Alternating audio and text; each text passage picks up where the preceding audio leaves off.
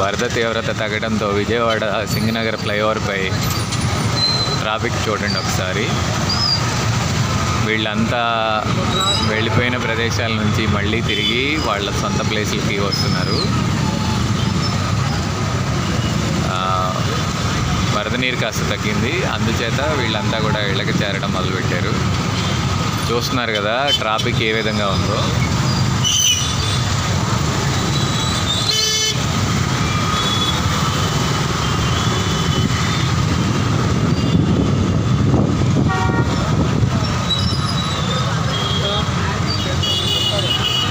ఇది బుడమేరు వంతెన, బుడమేరు దగ్గర మనం ఉన్నాం. చూస్తున్నారుగా ఉధృతంగా ప్రవహించిన బుడమేరు ఈరోజు కొంచెం శాంతించింది, వరద తీవ్రత తగ్గింది.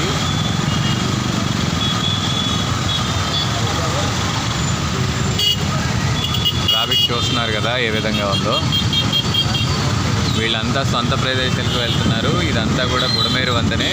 బుడమేరు వంతెన మీద కూడా వీటి చూస్తున్నారు కదా వెహికల్స్ ఎంత ట్రాఫిక్ ఉందో. వీళ్ళంతా సొంత ప్రదేశాలకు వెళ్తున్న వాళ్ళే. వీళ్ళంతా కూడా గతంలో వారం క్రితం వాళ్ళ ఇళ్ళు ఖాళీ చేసి బయటికి వెళ్ళిపోయారు, పునరావాస కేంద్రాలకు వెళ్ళిపోయారు. వీళ్ళంతా కూడా మళ్ళీ తిరిగి యథావిధిగా వాళ్ళ ఇళ్ళకి చేరుతున్నారు.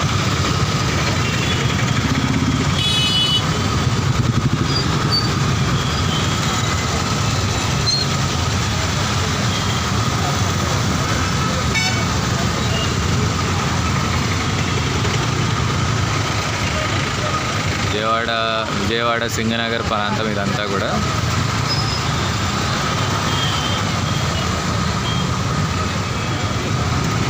లక్షల మంది ఇళ్ళు ఖాళీ చేసి వెళ్ళాల్సి వచ్చింది.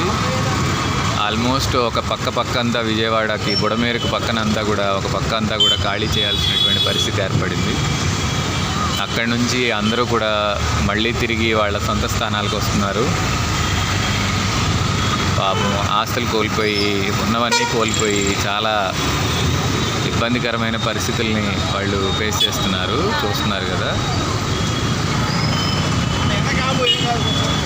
ప్రస్తుతం ఇది విజయవాడలో వరద తాకిడి వల్ల తీవ్రమైన ఇబ్బందులకు గురైనటువంటి సింగనగర్ మరియు రాజీవ్ నగర్, ప్రకాష్ నగర్, పాయకాపురం ప్రాంతాలకు వెళ్ళేటటువంటి ఫ్లైఓవర్. ఇదంతా కూడా వైఎస్ఆర్ కాలనీ ఈ ప్రాంతాలకు వెళ్ళేటటువంటి వెహికల్స్ ఇవన్నీ.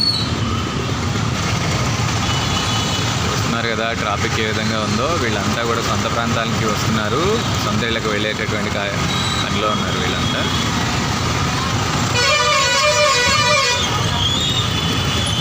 వారం రోజుల నుంచి పడుతున్నటువంటి ఇబ్బందులన్నీ కూడా ప్రభుత్వం చేపట్టినటువంటి కార్యక్రమాలు, చర్యల కారణంగా అక్కడ పరిస్థితులన్నీ కొంతవరకు చక్కబడాయని చెప్పవచ్చు. సాక్షాత్తు రాష్ట్ర ముఖ్యమంత్రి వర్యులే 75 ఏళ్ల వయసులో కూడా ఆయన నిరంతరాయంగా రోజుకి కేవలం 2-3 గంటలు మాత్రమే రెస్ట్ తీసుకుని పూర్తి సమయాన్ని ఈ వరద ప్రభావిత ప్రాంతాల్లోనే ఆయన కేటాయించడం జరిగింది. ఈరోజు కూడా ఆయన పర్యటన చేశారు వరద ప్రభావిత ప్రాంతాల్లో. అక్కడ పరిస్థితులన్నీ కూడా పర్యవేక్షించారు. అక్కడ అన్ని కార్యక్రమాలు అంటే శరవేగంగా జరిగేలా చూశారు. చాలా వరకు పరిస్థితులు చక్కబడాయి.